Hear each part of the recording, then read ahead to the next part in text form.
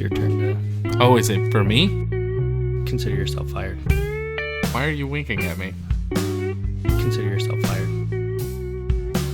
Hello, and welcome to the JT and Drew Show. I'm JT, And I'm Drew. and we're two nobodies talking about nothing. Consider yourself fired. Well, hey, brother man. Welcome back to the show. Hey, thanks for having me. Yeah, anytime. You know you're welcome. What can you say? Except you're welcome. Yes. Good to have. Did good to you be back. Did you guys enjoy your spring break and all that stuff that happened recently? No. So I took some time just before the kids got out, and we were all sick that week before spring break. So when spring break happened, nothing happened. So what about y'all? That's the worst. Yeah, we definitely enjoyed it. I just continued to work, and that's about my life right now. Yeah. I'm right there with you. Right there with you. Yes, sir. So anything? Well, I'm not even going to say that. You can edit that out. Have you heard the news? What news? Is it more doom and gloom? No. I presume. I don't know. You have the news. I am just here. Speaking of just being here, Mexico. Have you heard of it? No. Is it a new kind of state? No. This one is the old Mexico, not the new one. Oh. You're probably safer skiing in the newer one than you are the older one. Gotcha. Well, I'll make sure that my vacation time is duly noted. Yeah, don't leave the resort. Don't drink the water, right? If you... Oh my gosh. That's what they say.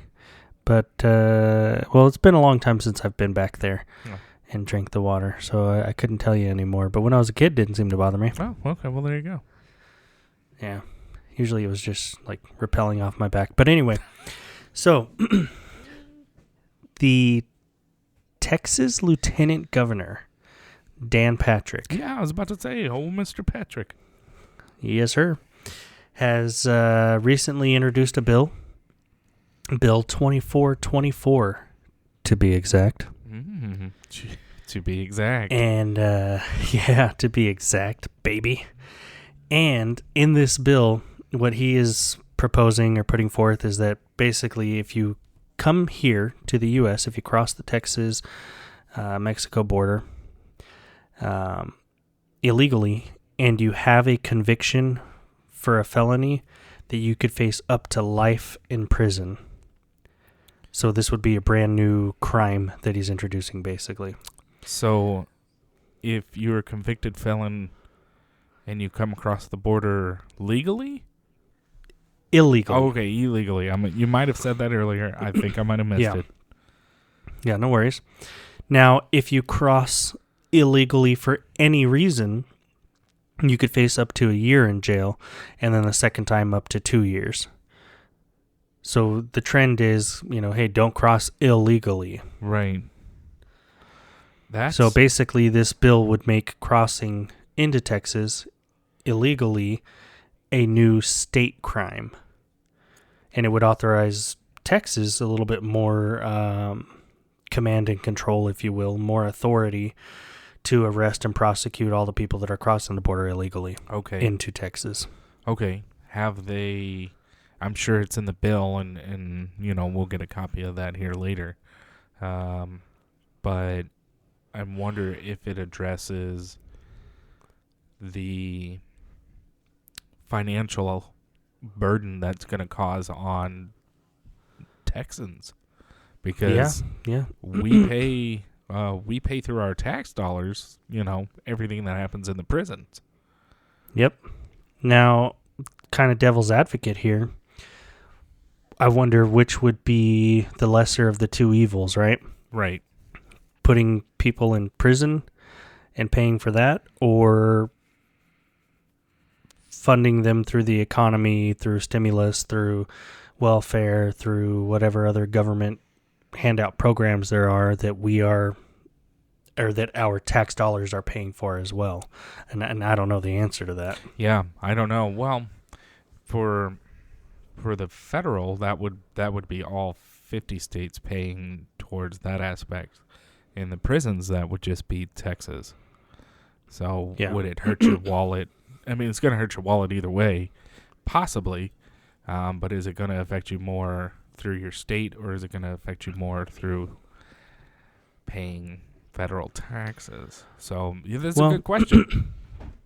And on the other side of that coin is the risk worth the reward? You know, are we getting a better return on investment if we imprison these criminals, right? Because they would be deemed criminals at that point. Right. Would we gain more from having them locked up? Would that reduce crime being committed by illegals when they're crossing the border? You know, a lot of ranchers have come forth with information about how their ranches are being torn apart, or how they're being threatened, or their family members, or whatever the case is, you know, case by case. But would that reduce crime, catching them there and locking them up? I don't know. I know, but I'm gonna give my opinion here. I don't think it would make too much of a dent in that aspect. Just my personal opinion, though. Sure. Well, and you might have some of those that, hey, I don't care as long as I'm in the U.S. If I'm in jail, I've got a place over my head, a roof over my head. I've got food. I've got, you know, clothes. I'm being taken care of. Yep, I got a bed. So it could be a mindset of some folks. You know, it doesn't matter. I'm going to cross anyway. So with this new bill, 2424 to be exact. Yeah, to be exact. Being implemented, would that put more power into the hands of the sheriffs and local law enforcement and take some of that burden off of the Border Patrol? Or would this kind of conflict with both? Well, I don't know that it would. And that's a great question. I don't know if it would relieve any pressure from the Border Patrol. However, it would allow the state law enforcement to step in and intervene more. Okay. So you're kind of, it's a blurry area, right? Because it's a national border. So the federal government is involved. However, it's also a state border. Yes. And right now, the federal government is not doing as much as they could necessarily to mitigate that traffic. Well, let's just be frank here. I don't think the federal government is doing anything to protect its citizens at the border. I mean, we can sit here and play nicety with words, but, I mean, just to be completely blunt and honest, I don't think the federal government is doing anything.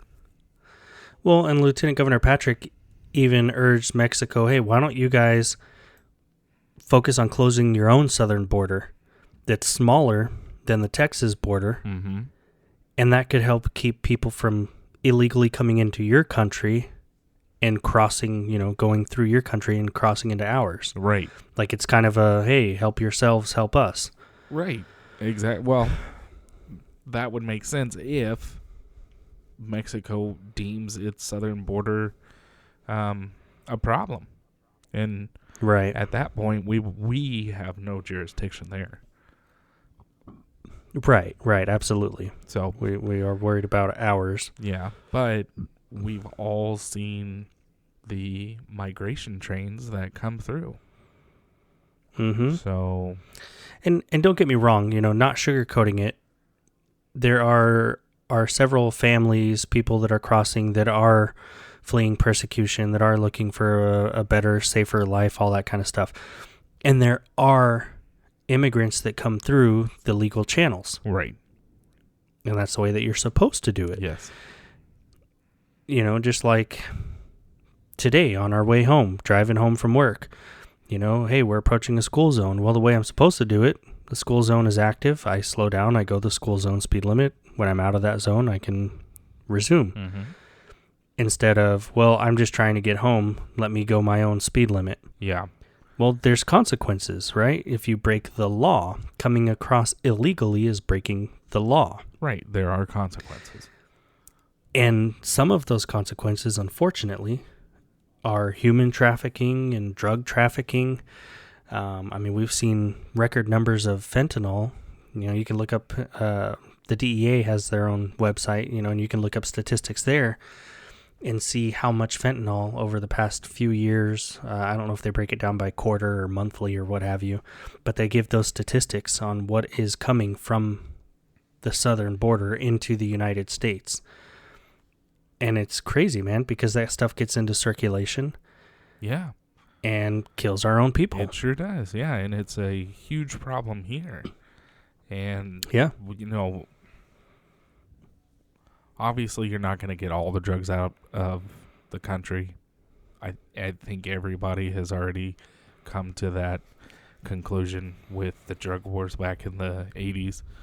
You're not going to get the drugs out. No, criminals are going to be criminals. They're going to adapt. Right. But we can try and minimize it.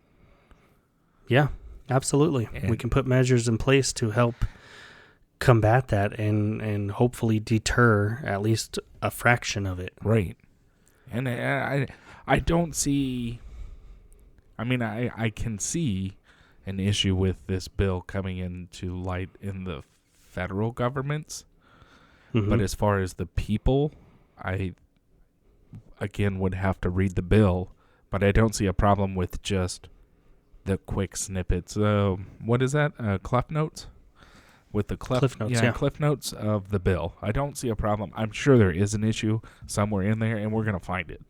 But just... and small captions. Representative Chip Roy from Texas is also introducing legislation that would designate Mexican drug cartels as foreign terrorist organizations because of like we just said, the ongoing trafficking, human trafficking, deadly drugs, all the stuff that's being facilitated by those cartels. So it would cause they're calling it the Drug Cartel Terrorist Designation Act, mm-hmm. and it would require the State Department to designate these cartels as foreign terrorist organizations. That's interesting. I wonder where he gets the notion to do that. Don't get me wrong, they're kidnapping our people. Just recently we had, 5 or 8 people kidnapped. 2 of them were killed. Now the cartel handed over supposedly the 5 individuals that did it. But what would dictate them as terrorists?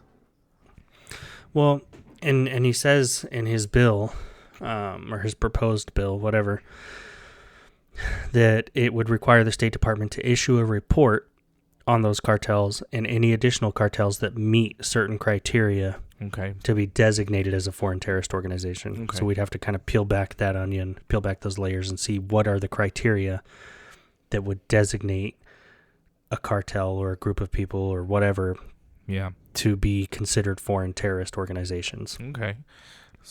So okay, well, what about homegrown gangs? Yeah. It would have to be, that wouldn't be a foreign terrorist organization. Right, that would be domestic terrorism. Right. But are we going to fight back against them? I know that's probably apples and oranges, but it's kind of the same thing, right? Yeah, they should. But an interesting interesting that you say that, the Mexican president was making claims that that's not our problem. That's a U.S. problem. How is that not your problem? It's in your country. Well, he's saying, no. Fentanyl crossing the border is a U.S. problem. Yeah, that's your guys' drug. Y'all need to get a handle on that. That's not an us problem. But the DEA said in December that fentanyl is mass-produced at secret factories in Mexico with chemicals sourced largely from China. So So it's providing them with an economy, right? So they're getting money for it. Yeah.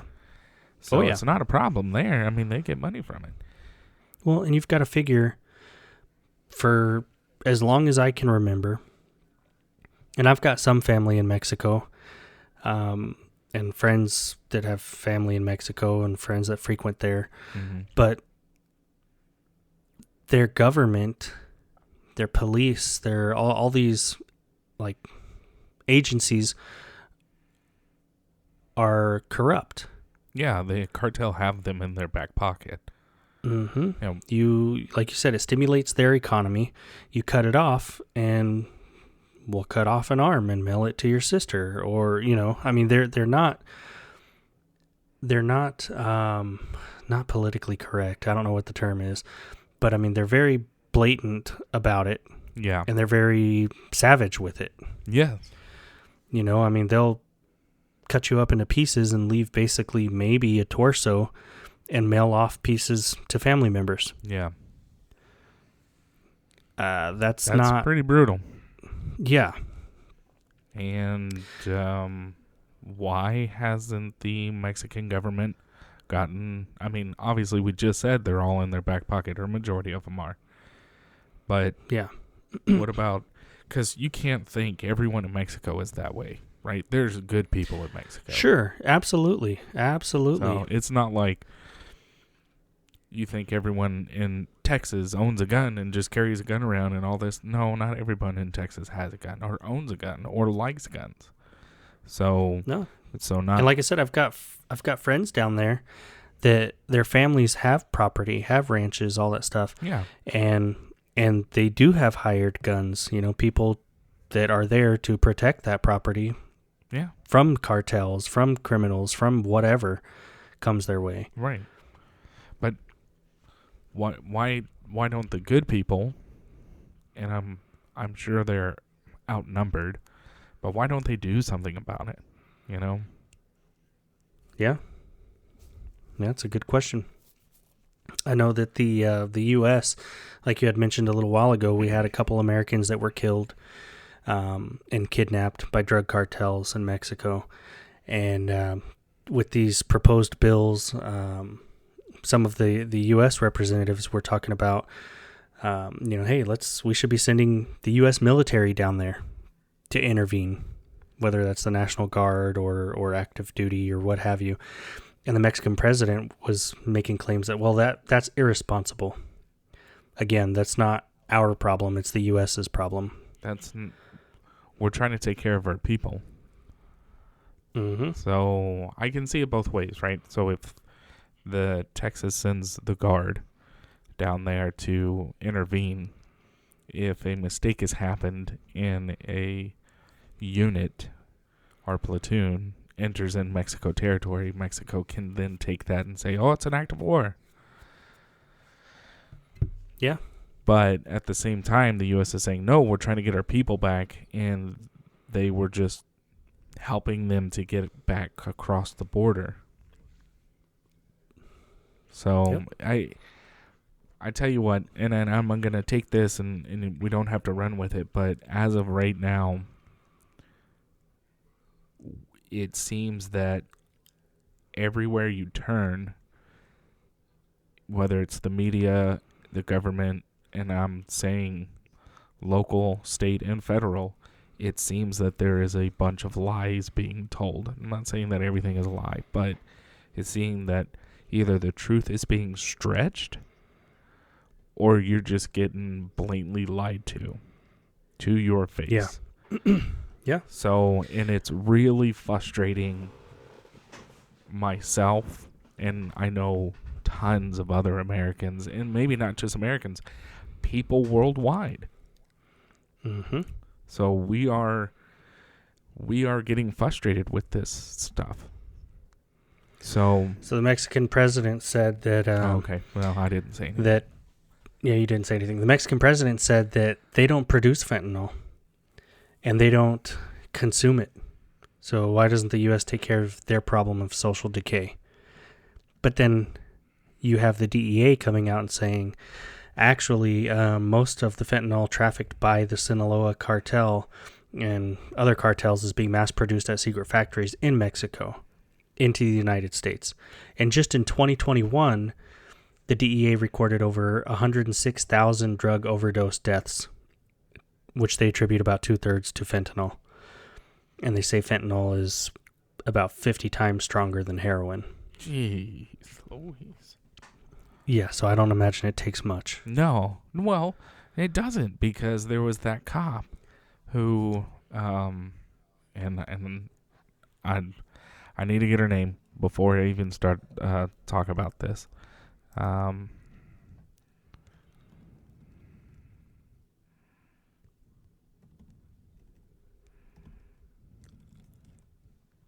hang on.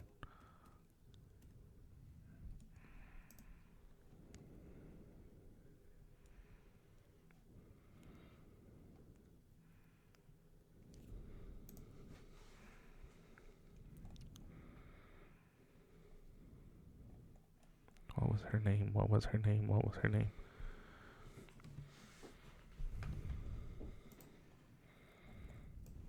Oh, come on. What was her name?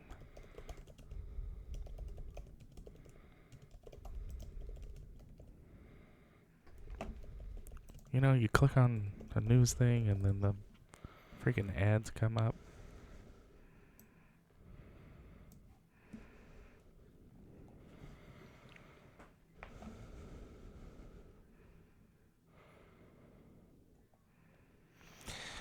There was a cop. I guess we'll have to edit all that out. There was a cop. I want to say she was in Florida, who they were pulling over somebody, and they had a bag of fentanyl, and I guess the bag got ripped open or somehow got opened, and it was just a powder, just a little puff of fentanyl got onto her, like in her nose and on her face and everything. And within minutes, she's on the ground. And I think they tried to get her to the hospital and she died. Yeah, I remember that. And that I think that was back in December. Yeah.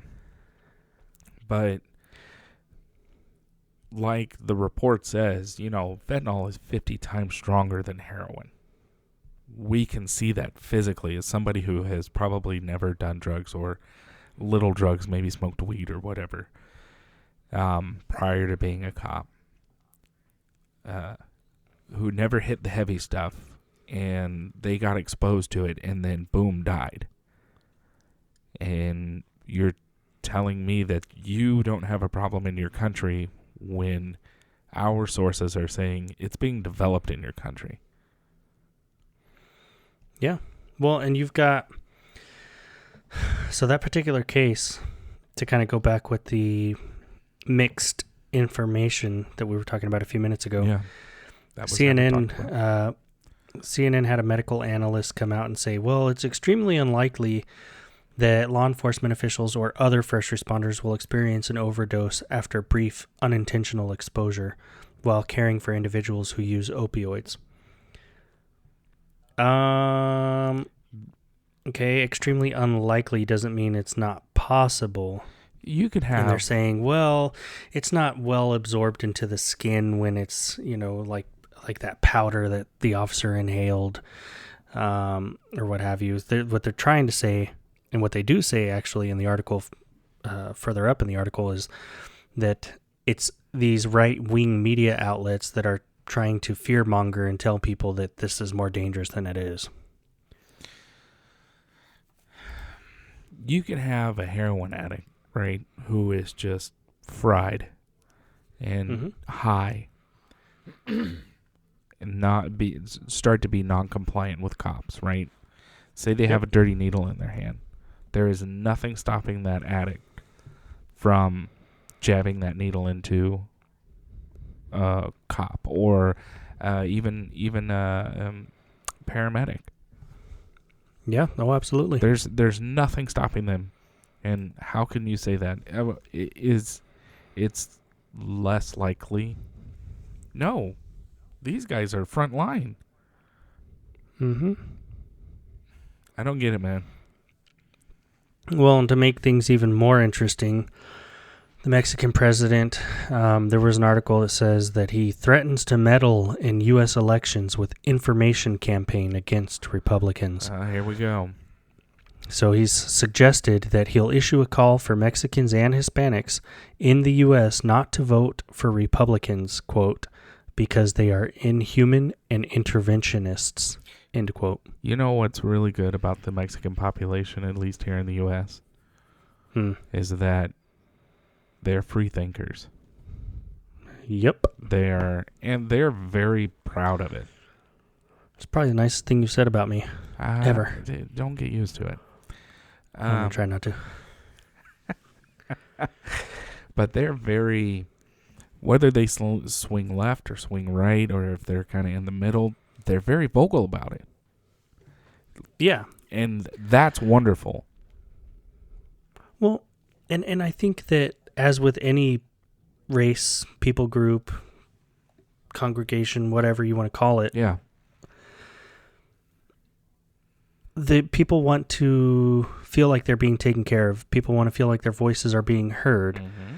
People want to feel like, hey, when I say something or when I voice a concern, that it's being addressed. I'm being listened to. Things are being taken care of.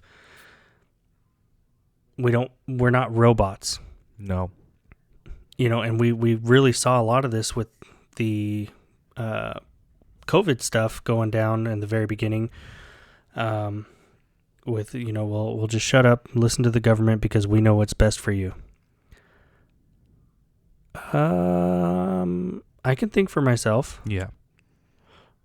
I can WebMD. I can talk to my doctor. I can see what's best for me as a person. Yeah. You don't know me. How do you know what's best for me? I think that's very much the wrong approach to take. So when they're calling, whenever you get these political figureheads calling, oh, hey, this person upset me or they don't agree with me on this, so you should just totally boycott them for my reasons. Obviously, you have a lot to gain for it, but what do I gain from this? Yeah. How does this help me? How does this help my family? How does this put food on my table or keep us alive or whatever? And that's what 90% of Americans are thinking. Mm-hmm. So how can I put food on my table? How can I take care of me and my family? Just this year alone, mm-hmm. and we're not, maybe a quarter into it, a little more? Yeah. The DEA has already seized over 8 million fentanyl pills, over 1,600 pounds of fentanyl powder, and all of this is equivalent to about 48 million deadly doses. Jeez. And according to the DEA in 2022, more than 57 million fentanyl-laced fake pills and more than 13,000 pounds of fentanyl powder were seized for 2022. So we're already almost at those numbers, and we're just creeping past the first quarter of 2023. Yeah. That's not right. No, holy moly. Yeah, hold the phone there, Jack. Yeah. I want to take somebody out, behind the bleachers and have a push-up contest. Get your facts straight, Jack. Oh, yeah, it's getting out of control. And I think... Oh, go ahead. Well, I was going to say not so much doom and gloom. This is a problem that's been going on for a while. Absolutely. I'm glad to see a elected official coming in and saying, hey, as of right now, this is the best thing we can do. Let's at least try it. Mm-hmm. If it doesn't work, we'll come up with something else. But we've got to protect our citizens. I can't fault them for that. Is there going to be faults in this bill? 100%. There's going to be a fault somewhere. But we're at least taking a step in the right direction. Well, and is it politically motivated or politically driven, or is it caring for their constituents? For this right Which, here, I mean, is both, but... Yeah, but for this right here, it seems like it's more of a caring than a political act. Yeah. Maybe... I agree. Maybe it is a political act in caring for your people because the current administration isn't doing anything. Yeah. So we've sat on our thumbs for 3 years. You haven't done anything. Okay, now we're going to go ahead and step in. Mm-hmm. So, yeah. I mean, it could be both, but it is a step in the right direction. Yeah. Now, well, let's try it. Let's find the faults, and then let's go ahead and fix that. Well, I think we have to do something. We can't just sit there and talk about, well, yeah, there's this problem and not do anything. Right. You know, when there's interviews, plenty of interviews with local law enforcement down at the border, with Border Patrol, with some of the, civilians down at the border, you know, that can tell you, hey, yeah, in this particular area, it's like a war zone. Or in this particular area, you know, people are causing all this damage, or there's this much crime that's happening, or we're being overrun, or I lost a family member or a house, or like this one sheriff they were interviewing was talking about how he patrols a certain area down there, and yeah, any time of the day, I mean, you'll hear gunshots popping off, and you'll physically see the cartel dropping people off and getting their money, you know, to bring them up to a certain point. And they get shot at, the local law enforcement and all this stuff. But again, without the government support, what do you do? Yeah, there's nothing you can do. Your hands are tied. Mm-hmm. And then when some of those folks do cross the border, come into the United States, and then commit crimes here, what now? Stuff that could have been prevented. Yep. You know, oh, so-and-so murdered somebody. Okay, well, they were here illegally in the first place. This should have never happened. Murders shouldn't have happened anyway, but no, this person shouldn't have been here and able to commit that crime. Correct. Yep. Now, they're wanting to put a stop to it. Great. Go for it. That's your job as an elected official. Protect us. Yeah. So, that's great, man. Well, it's been a heck of a ride. It has been a heck of a ride, and all this Mexico talk makes me want tacos. Oh, see, I was going to say burritos. Tacos! As always, we'd like to say thank you for stopping by and listening to the podcast. Yeah, we realized that you could have been doing anything way more productive, but you chose to waste your time with us. We look forward to talking about absolutely nothing with you next time. If you have any questions or topics you'd like us to cover, please email us at jtandrewshow@gmail.com or visit our Facebook page at www.facebook.com/JTDrewShow.